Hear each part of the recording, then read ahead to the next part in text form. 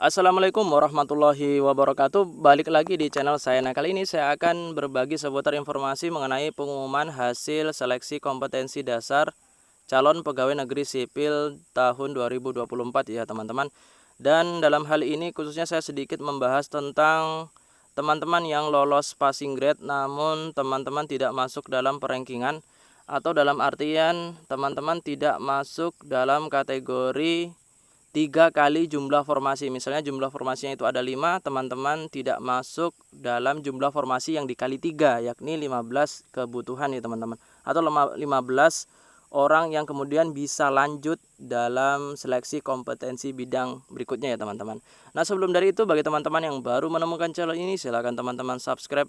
Bagi subscriber dan viewer saya ucapkan terima kasih. Lanjut kita pada informasi tersebut ya teman-teman. Nah, mula-mula di sini kita akan buka Google terlebih dahulu ya teman-teman, untuk melihat informasi-informasi yang bersumber dari BKN ya teman-teman. Tentunya ini informasi yang resmi ya teman-teman. Nah, di sini mula-mulanya teman-teman kita buka situs dari BKN ya teman-teman. Ini adalah situs resmi dari Badan Kepegawaian Negara ya teman-teman.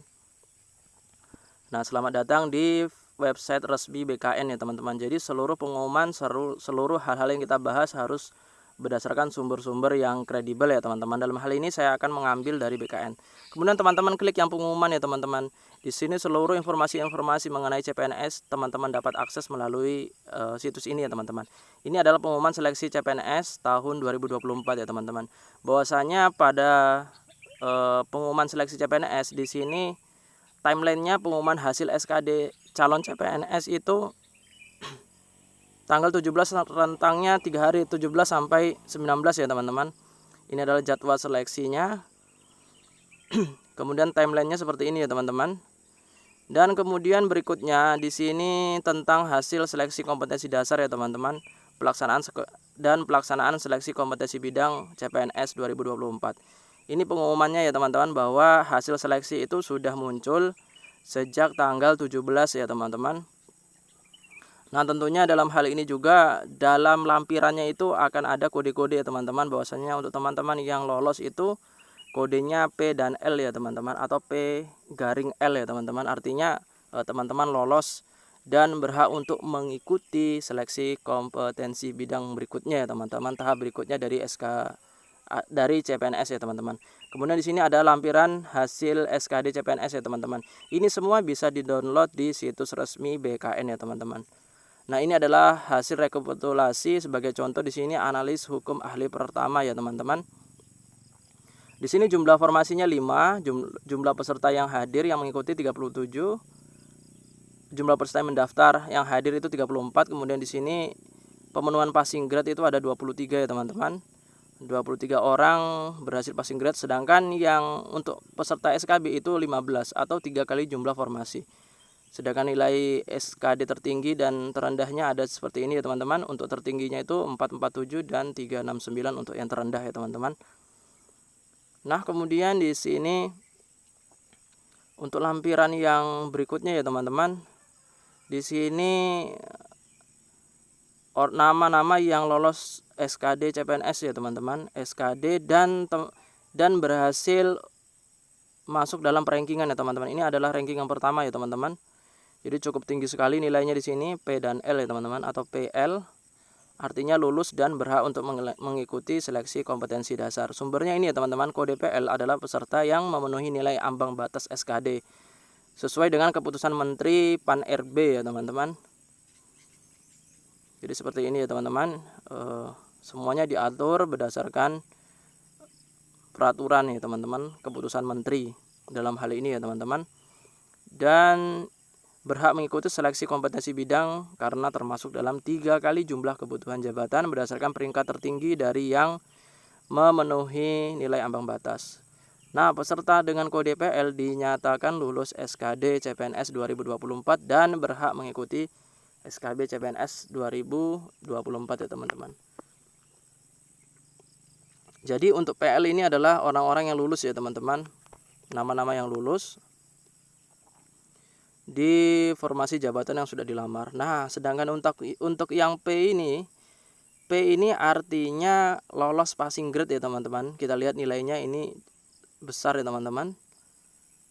Di sini kita cari yang P ya teman-teman. Kode P artinya apa? Kode P adalah peserta yang memenuhi nilai ambang batas SKD sesuai dengan keputusan Menteri Pan-RB dengan nilai ambang batas seleksi kompetensi dasar pegawai negeri sipil tahun 2024. Namun untuk yang P ini tidak berhak mengikuti SKB ya teman-teman, dikarenakan tidak masuk dalam perankingan ya teman-teman. Di sini kita bisa lihat ya, nilai TWK-nya itu 85, TU-nya 80 dan TKP-nya itu tinggi 200 teman-teman. Namun tidak masuk dalam perankingan. Nah, namun untuk teman-teman yang lolos passing grade itu di sini ada informasi yang bisa menggembirakan ya teman-teman. Dalam hal ini khususnya untuk yang 2023 kemarin, dan ini juga akan berlaku di tahun berikutnya ya teman-teman. Ini untuk yang teman-teman lolos tahun 2024. Di sini kita dapat menggunakan ya teman-teman nilai SKD ini untuk mengikuti seleksi CPNS di tahun yang berikutnya ya teman-teman. Jadi ini ya teman-teman, informasinya seperti ini. Dengan ketentuan sebagai berikut, menggunakan NIK yang sama saat pendaftaran seleksi TA 2023 ya teman-teman. Ini sebagai contoh ya teman-teman, melamar jenjang pendidikan yang sama pada seleksi TA 2023. Dan dapat melamar jabatan yang sama atau berbeda ya teman-teman. Ini keunggulannya ya teman-teman. Memenuhi nilai ambang batas SKD 2024 sesuai dengan jenis penetapan kebutuhan yang akan dilamar. Ini sebagai contoh ya teman-teman, untuk teman-teman yang lolos passing grade di tahun 2023 dan dapat memanfaatkan nilai SKD tersebut untuk mengikuti tes CPNS di 2024 tanpa mengikuti seleksi kompetensi dasar ya teman-teman, atau CAT ya teman-teman. Nah, pelamar yang memilih untuk menggunakan nilai SKD tahun 2023 tidak dapat mengikuti SKD tahun 2024. Jika pelamar memilih untuk mengikuti, maka nilainya itu digunakan yang 2024 ini ya teman-teman. Nah, seleksi kompetensi bidang, pelamar yang menggunakan nilai SKD 2023 dan pelamar yang mengikuti SKD 2024 berhak mengikuti SKB jika dinyatakan lulus SKD, termasuk dalam 3 kali jumlah kebutuhan jabatan ya teman-teman, tetap akan di-ranking lagi ya teman-teman. Jadi seperti itu. Kita akan lihat ya teman-teman, di sini keputusan menterinya. Kita akan coba cari informasi tentang keputusan menteri ya teman-teman. Nomor 344 tahun 2024. Ini akan diperbaharui teman-teman, setiap tahunnya akan diperbaharui.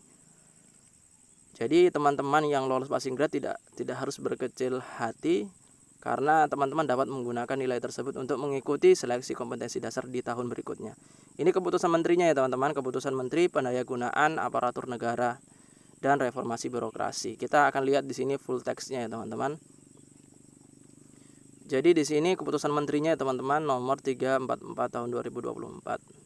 Penggunaan nilai kompetensi dasar tahun 2023. Nah, jika di tahun berikutnya, di tahun 2025 ada CPNS lagi ya teman-teman, maka akan ada keputusan menteri yang baru ya teman-teman, bahwa penggunaan nilai di 2024 itu dapat digunakan untuk mengikuti seleksi kompetensi dasar di tahun 2025 ya teman-teman.